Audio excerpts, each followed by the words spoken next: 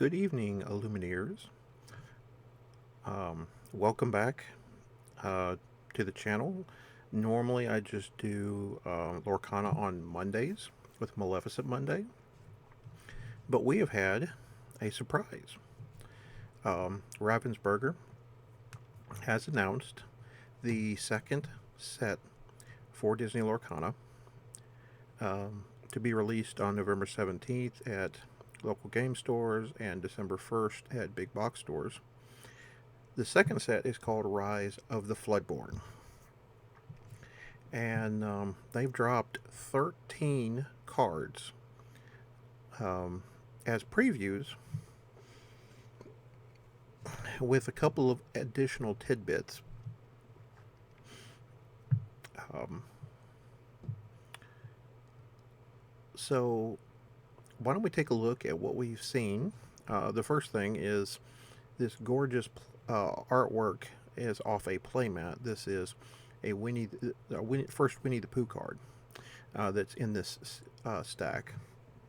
But it was a gorgeous piece of art. I figured it needed to be in the video. All right. So, in color order, first up is Mickey Friendly Face, a 6-cost inkable 1/6 with 3 lore. Storyborn Hero. Whenever this character quests, you may pay 3 less for your next character you play this turn. So, this is a super rare. So this is interesting. It's another Amber card that triggers off questing and making characters cost less. The question is, how many slots are you going to dedicate to that in your deck?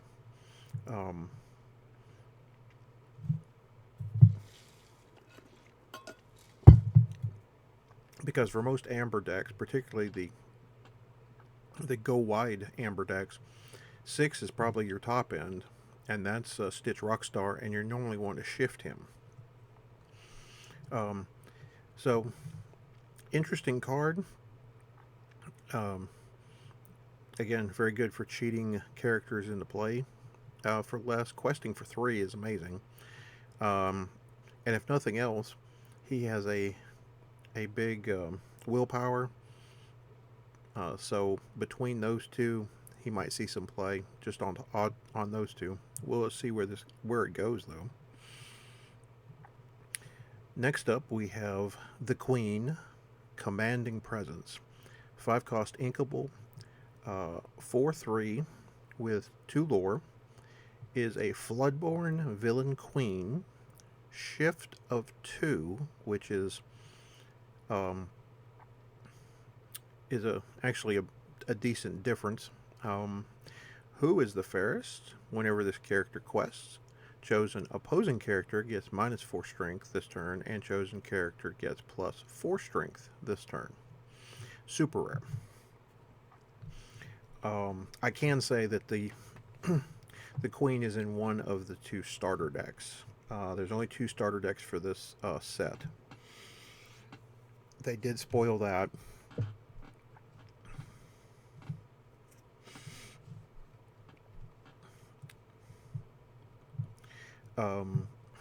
So the first thing is there's currently only one the Queen, and she costs 5 and is in Amethyst, the one that exerts to draw a card. So interesting. Does that mean we're going to get more of the Queen so that you can, a vanilla one so that you can shift onto her for cheaper? This ability, though, really messes with combat math, and again, lets you, shrink something that you want to get off, that you don't want to damage your character, and buff something that you want to be able to take out the other character, which I think is very cool. Stats are a little low, but because of the shift cost and the ability, I can see why. Time for some Hercules, Hercules, Hercules. We've got Zero to Hero, a 2-cost, non-inkable action song. Count the number of characters you have in play. You pay that amount of ink less for the next character you play this turn. It is uncommon. So, another way for Amber to cheat out a character for less. It is a song, so you can play it for free. Um, Non-inkable is a little bit of a problem, but again, they've done this for balance reasons. The question is this a win more card? If you already have several characters out, does playing this so that you can slam something more expensive into play on the same turn, is it technically a win more? Um, I honestly, I think this is playable, but it obviously is going to have to fit in a specific deck style. Um, and the question is how dead will this card be, since you can't ink it um, later on in the game. We have that problem with Just in Time already, so we'll see. But I'm always up for more songs.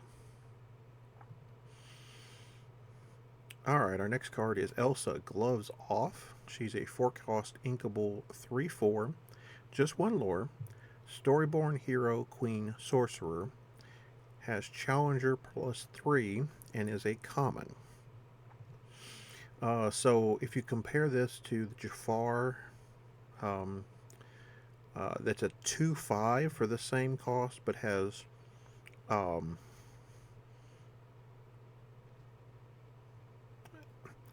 he ends up being a 5/5 while challenging.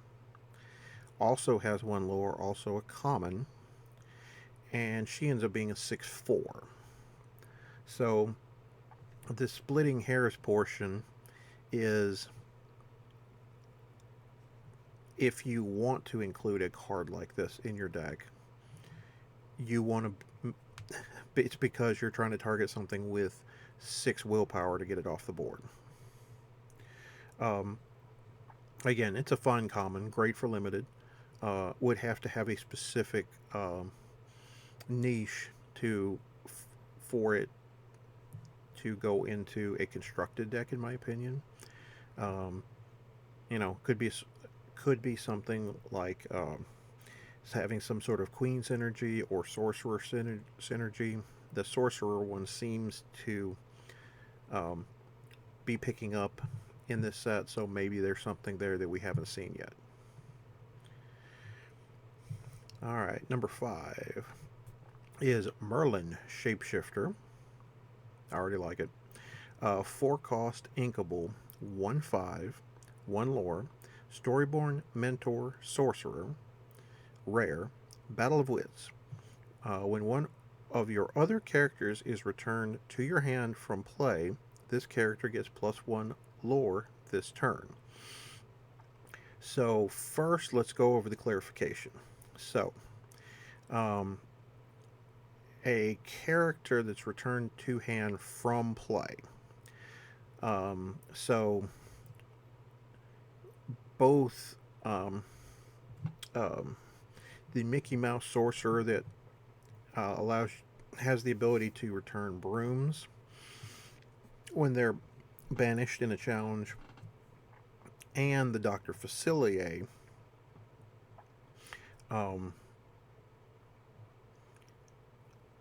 both of them, the cards go to the discard pile first, and then they're returned to hand. So, in other words, that does not trigger Merlin Shapeshifter's ability. Cards that would trigger it are cards like Befuddle, Mother Knows Best, and Genie on the Job. What other effects that will we see? That's a good question. Merlin is one of the starter deck cards And here is our boy Winnie the Pooh Honey Wizard, 5 cost inkable, 5/5, 2 lore, Dreamborn Hero Sorcerer. There's that again, and a common. So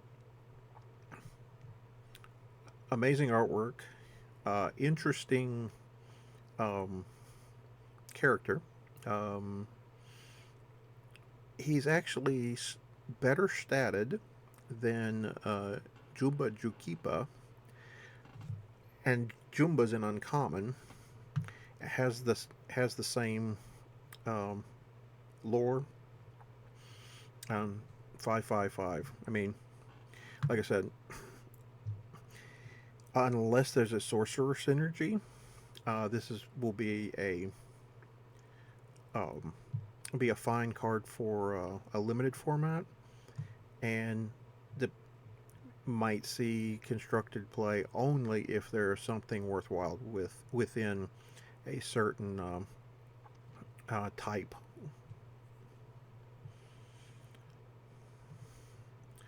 Next up is one I'm a little scared about.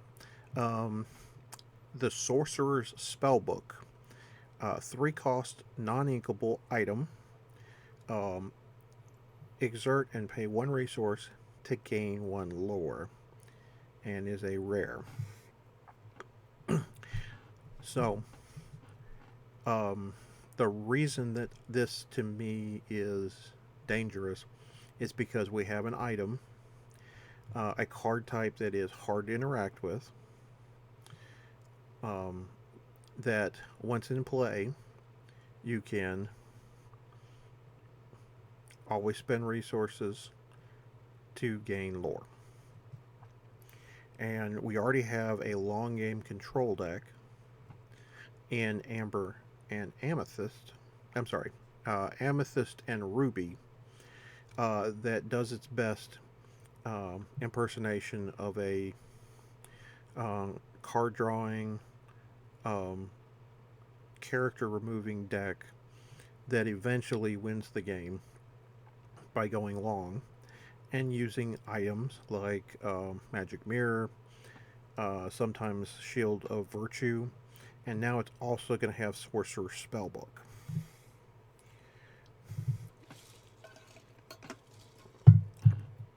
Where we have to be careful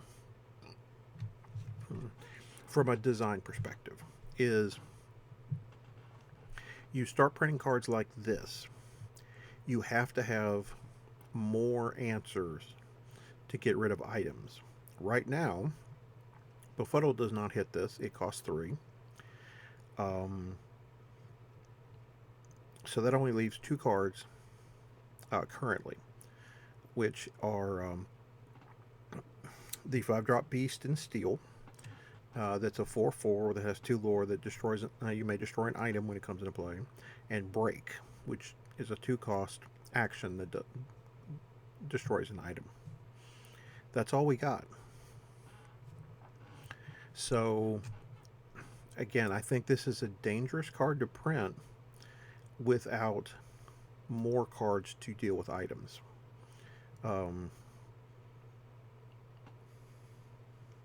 We'll see how this goes. All right, now into Emerald.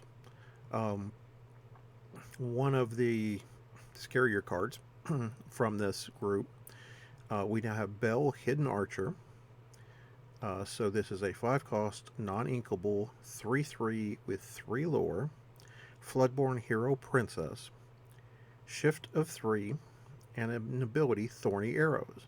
When this character is challenged, the challenging character's player discards all cards in their hand, and it is a legendary. So right now we don't have a Bell that costs less than 3.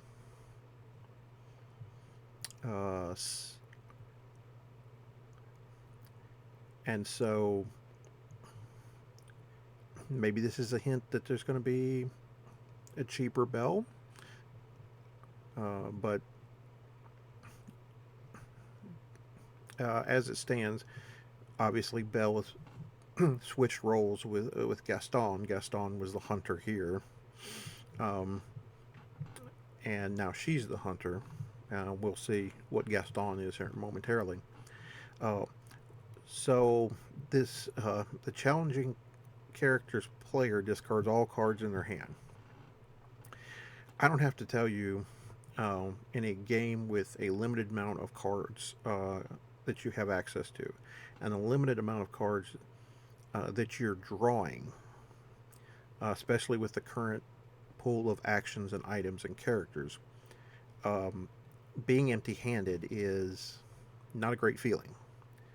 And this is in a color that likes to give things reckless and can intentionally quest her for 3 and then give your one of your opponent's characters reckless, and her being the only character on the table means you you can't quest with it, and you got to attack or you got to challenge. So, um, and you can even have her survive if the board is in the correct state. Now, she only has 3 willpower, which means she is a target for an action like smash, and she's something that hits that can be hit with dragonfire. We'll see what else can also get in there, but definitely a dangerous character. Um, but this list of dangerous characters is going to get longer as I continue. All right, next up is Ruby. We have Raya, Warrior of Kumandra. 4 cost inkable, 5/3, 1 lore, Storyborn hero, princess, uncommon. Nothing special here. The only thing that I scratch my head at, this is the exact same stat line as we have for the common Scar in the first set. They made her an uncommon, and she has the same stat line, same lore, just different um, types. Um, this is a gorgeous piece of art, and I honestly wish that it was on a different version. Again, this looks like a limited card to me, nothing more, but it is very pretty.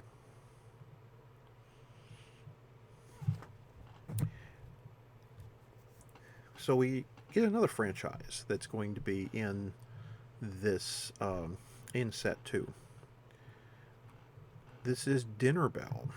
This is a 4 cost uninkable item with the ability, you know what happens. Exert and pay 2 resources, or 2 ink. Draw cards equal to the damage on chosen character of yours, then banish them. This is a rare. Um, so Disney fanatics will recognize this as the hand and the bell of one Ratigan from Basil the Great Mouse Detective. Excited to see that characters and other items and things from that. There's also Zootopia that they have listed that's going to be in this. We're going to have more cards from Mulan. We're going to have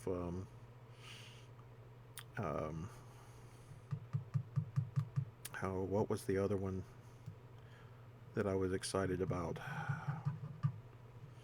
Oh, the Jungle Book.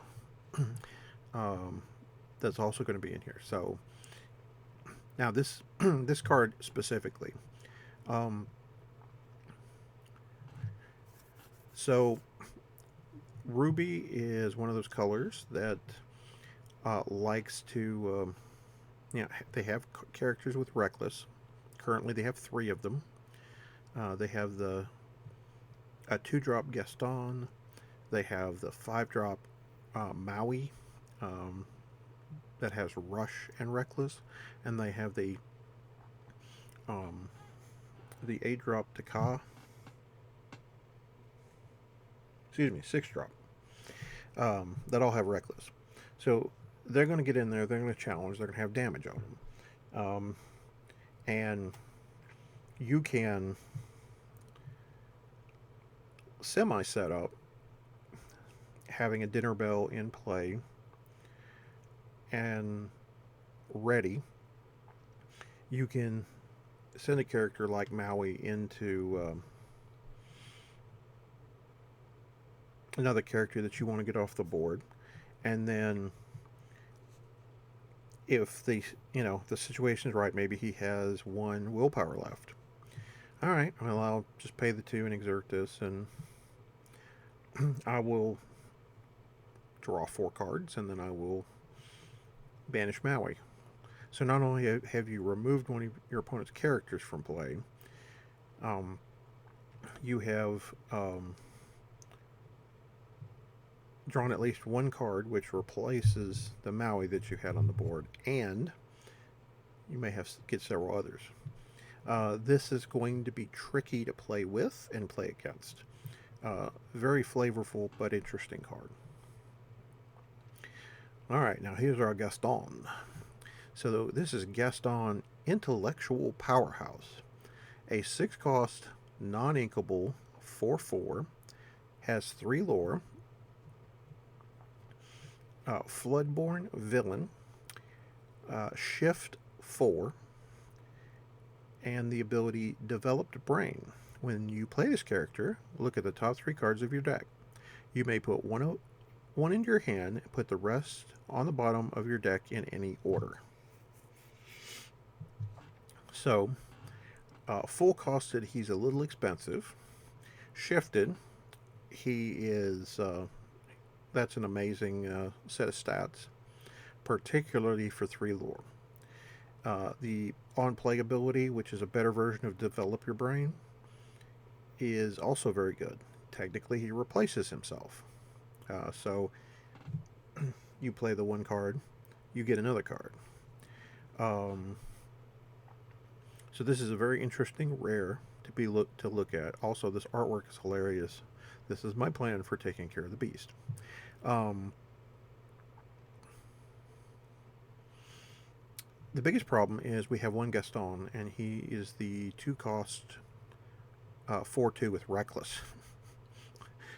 So it will and from a discussion with Steve Warner, if a character has Reckless and you shift onto that character, so in this case,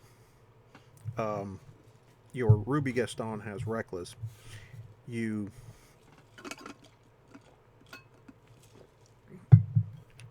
shift this Gaston onto him, he's still going to have Reckless, so you're still going to have to challenge a character that turn, which I say is Boo Hiss, etc. So let's hope we get a different Gaston that's maybe not quite Reckless, so that we can get a little more mileage out of this. Alright, these last 2 cards are simply bananas.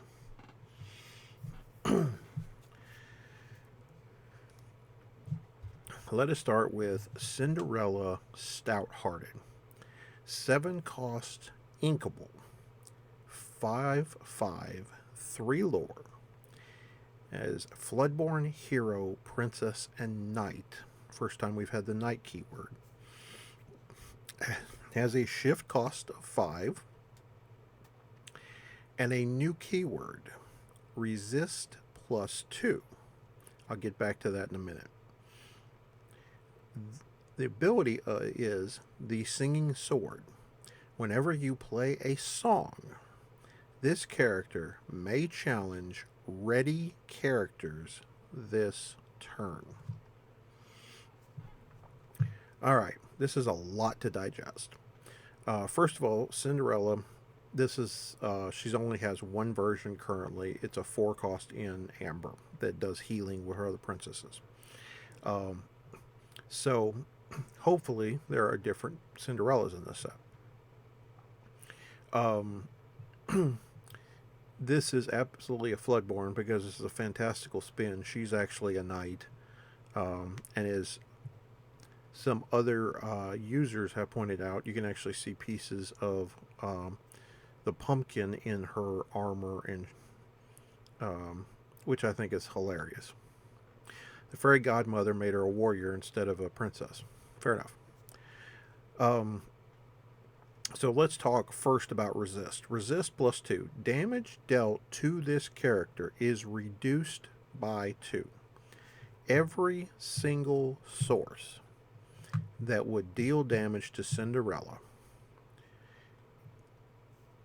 that damage is reduced by 2. So you would need a card to do 7 damage, a single card to do 7 damage to Cinderella to get her off the to get her off the table, to banish her. She makes grab your sword do nothing to her. She makes fire the cannons do nothing to her. She makes smash do 1 damage. And if you're challenging her, you can't swing a character with two strength into her, because she just laughs in its face. All I see is Morpheus and Neo in the Matrix. Stop trying to hit me and hit me. And it can't be done. So already, if resist is only in steel, it's going to be ridiculous. Steel's already a very good, ink color, because it has targeted removal, but damage based, and it has area effects with Tinkerbell, Giant Fairy, and Grab Your Sword. And this nullifies some of that on the other side of the table. Now, let's get to the other elephant in the room. So if I play a song, Cinderella can challenge whoever she wants. Now, I think I've gone on record on Twitter and in the Discord group. If you haven't joined Lorcana HQ Discord, make sure you do so. I will put a link in the description below. But I went on record as saying, once I learn the rules, we will have a character that will break the rule of being able to only attack exerted characters. And why do I know this? Well, Scott Landis, who is part of the Forbidden Mountain, and myself both played a trading card game by Wizards of the Coast called Transformers that was released about 4 years ago. And the way their game worked, if everybody was ready, you got to attack whoever you wanted. But if somebody was tapped, you had to attack a tapped character. And so I had a feeling there was a character, a super rare Bumblebee, that you could transform from robot mode to vehicle mode. Well, when you transformed from, and I forget which side it was, but you transformed to that side, and then you could attack a ready character that turn, and it just completely messed with your opponent, because they're like, no, I was trying to protect that character, and it's too late. This one does it when you play a song.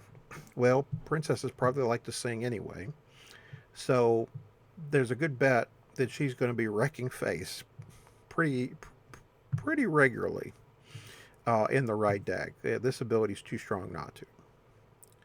All right, let's get to our last card. Our last card is Tiana, Celebrating Princess.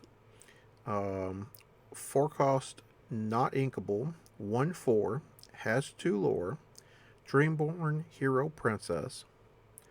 Also has resist +2. What you give is what you get is her ability. When this character is exerted and you have no cards in your hand, Opponents can't play actions. I feel like I'm playing mono white stacks in Magic. Um, um, because this is again another character that just brings out nightmares. Um, she's a super rare, so she quests for two, easy to exert. Um, Having no cards in hand, depending on what colors you're pairing with her, that could be pretty easy. Um, the biggest problem is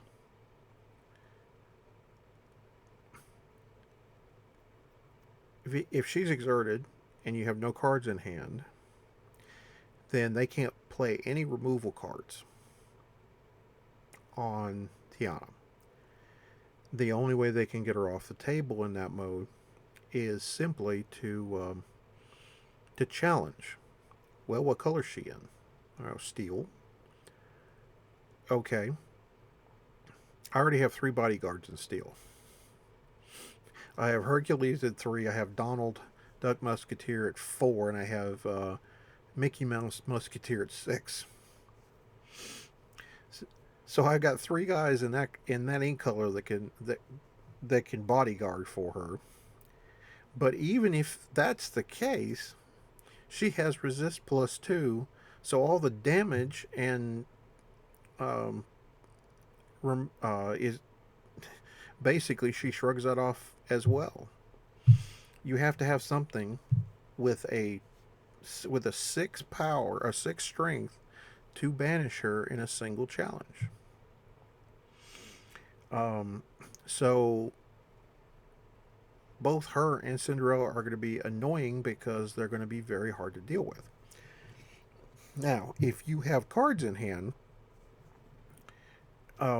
they still get to play their actions like Dragonfire and whatever else they might have, Mother Knows Best, etc. So it isn't foolproof, but it's another character that's a lightning rod, or basically I must remove this character, or I could be locked out of certain actions in the game.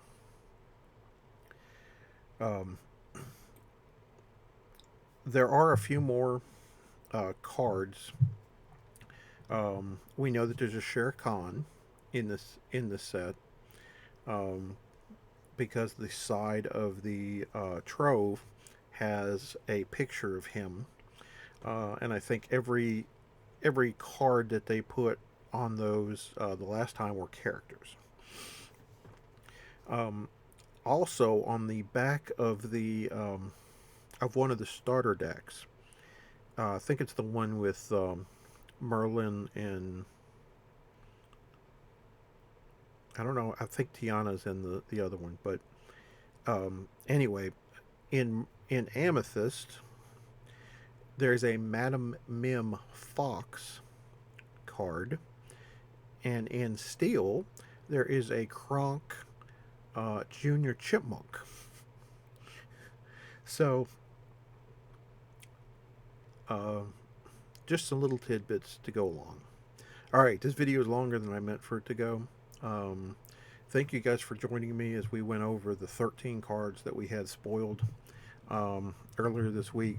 I'm excited to see more of what Rise of the Floodborn can bring. As you know, until next time, there is no escape from the Tiger.